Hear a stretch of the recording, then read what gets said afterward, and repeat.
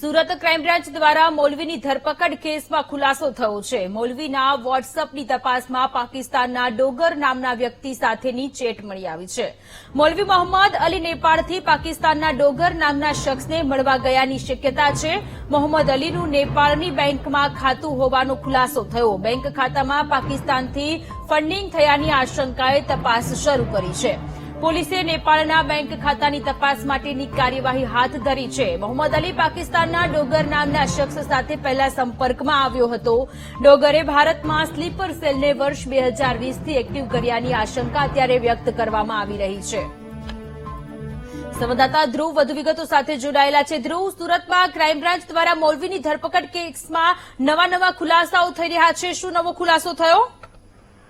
સાચી વાત છે। જ્યારથી મૌલવીની ધરપકડ થઈ છે, પોલીસ, એટીએસ સહિત એનઆઈએની ટીમ આ બાબતે જયારે તપાસ સતત કરી રહી છે, તેમાં એક પછી એક નવા ખુલાસા સામે આવી રહ્યા છે।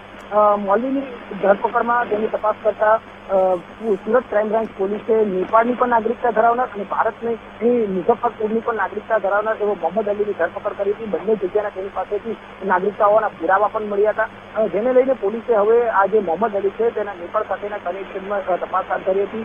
પોલીસની એક ટીમ નેપાળ પણ તપાસ કરવા માટે ગઈ હતી અને આ મોહમ્મદ અલીની તપાસમાં ઘણા ચોંકાવનારા ખુલાસા પણ સામે આવ્યા છે, જેમાં તે પાકિસ્તાનનો મુખ્ય એવો જે કટ્ટરવાદી કહી શકાય તેવો ડોંગર જે છે તેનો સંપર્ક હોવાનું સીધું સામે આવ્યું હતું અને ડોંગરના સંપર્કમાં જે આરોપી જે સોહેલ અબુ બકર જે મૌલવી છે તે પણ હોવાનું સામે આવ્યું હતું અને આ તમામના આ ચાર ક્યાંક જોડાઈ રહ્યા છે ડોંગર સાથે।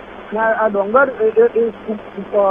હથિયારો સાથે ત્યાંના વિડીયો પણ સામે આવ્યા છે અને તે ફંડિંગ પૂરું પાડતો હોવાનું પણ હાલ પોલીસને શક્યતા છે। એટલે કે જે બેંક ખાતા છે જે મોહમ્મદ અલીના તે નેપાળના છે અને નેપાળ ખાતે તે બેંકની તપાસ કરવા માટે ખૂબ જરૂરી હાલ માનવામાં આવી રહી છે। એટલે ખૂબ જ ચોંકાવનારી માહિતી હાલ પોલીસને મળે તેવી શક્યતા છે। આ મોહમ્મદ અલીના બેંક તપાસ કરવામાં આવે તો તે ઉપરાંત તેના નેપાળ સાથેના કનેક્શન પણ તપાસ કરવામાં આવે તો ખૂબ જ ચોંકાવનારી માહિતી મળી શકે એમ છે। અને ડોંગરની જે વાત કરવામાં આવે તો ડોંગર ભારતમાં સ્લીપર સેલ રખાવતો હતો અને 2020થી તે એક્ટિવ કર્યું હોવાનું પણ હાલ પોલીસને માનવામાં આવી રહ્યું છે અને તેવી વિગત મળી રહી છે, જેને લઈને પોલીસ આ બાબતે ખૂબ જ ઊંડાણપૂર્વક તપાસ કરી રહી છે અને એક પછી તેની ચોંકાવનારી વિગતો સામે લાવી રહી છે। જી ધ્રુવ, આભાર તમામ વિગતો માટે।